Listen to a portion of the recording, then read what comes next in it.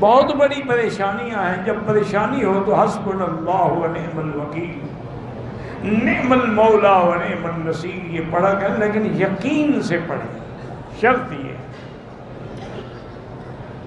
ایک دفعہ ایک کشتی میں کچھ لوگ جا رہے تھے تو اس میں کوئی اللہ کا بندہ بھی تھا، پتہ نہیں وہ کیسے جوش میں آ گیا. اس نے کہا کہ بھئی اگر تم 10,000 درہم دریا میں پھینک دو نا تو میں تمہیں وظیفہ بتاؤں گا.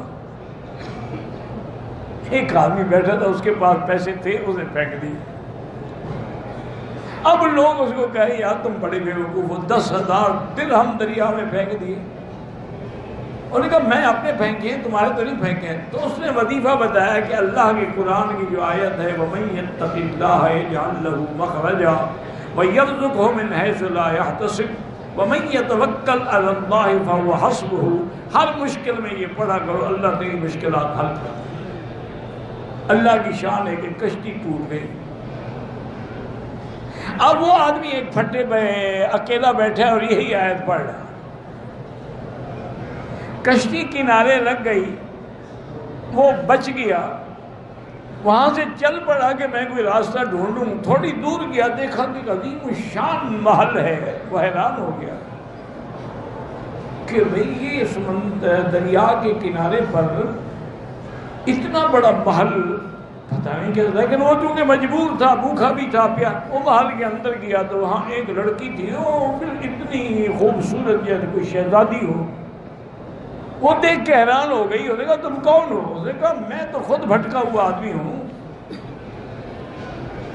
ایسی کشتی ٹوٹ گئی، ایسے میں بچ گیا. گھر دیکھا تو میں پانی پینے کے لیے، کھانا کھانے کے لیے آ گئی. اور نے کہا دیکھو بات سنو، میں واقعتاً ایک بہت بڑے امیر آدمی کی بیٹی ہوں. مجھے ایک شیطان جن نے وہاں سے اٹھا کے یہاں رکھا ہوا ہے اور میں اس کے قبضے میں ہوں. میرے ساتھ وہ جماع تو نہیں کرتا لیکن باقی سب کچھ کرتا ہے. اور یہ محل بھی اس کا ہے، اور یہ موتی جواہرات جو دیکھ رہے ہیں یہ بھی سب اس کے. اور ابھی وہ آنے والا ہے، اس کے آنے سے پہلے تم نکل جاؤ ورنہ تمہیں مار ڈالے گا.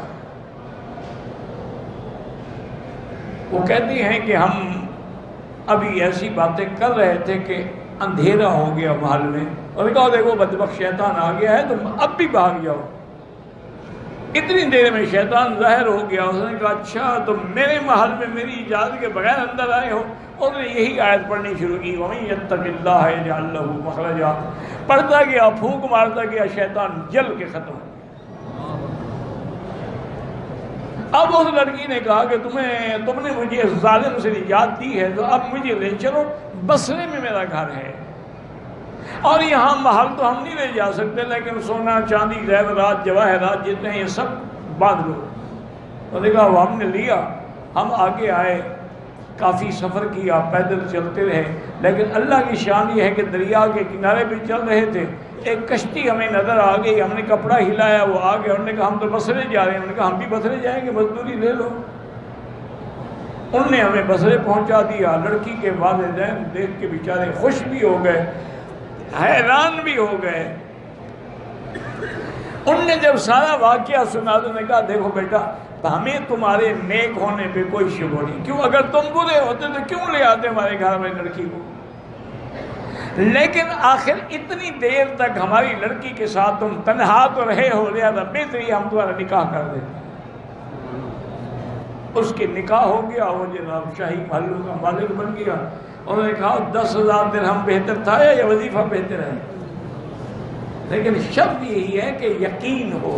ہم پڑھتے ہیں یقین نہیں ہوتا، ہم قرآن پڑھتے ہیں یقین نہیں ہوتا، وظیفہ پڑھتے ہیں یقین نہیں ہوتا.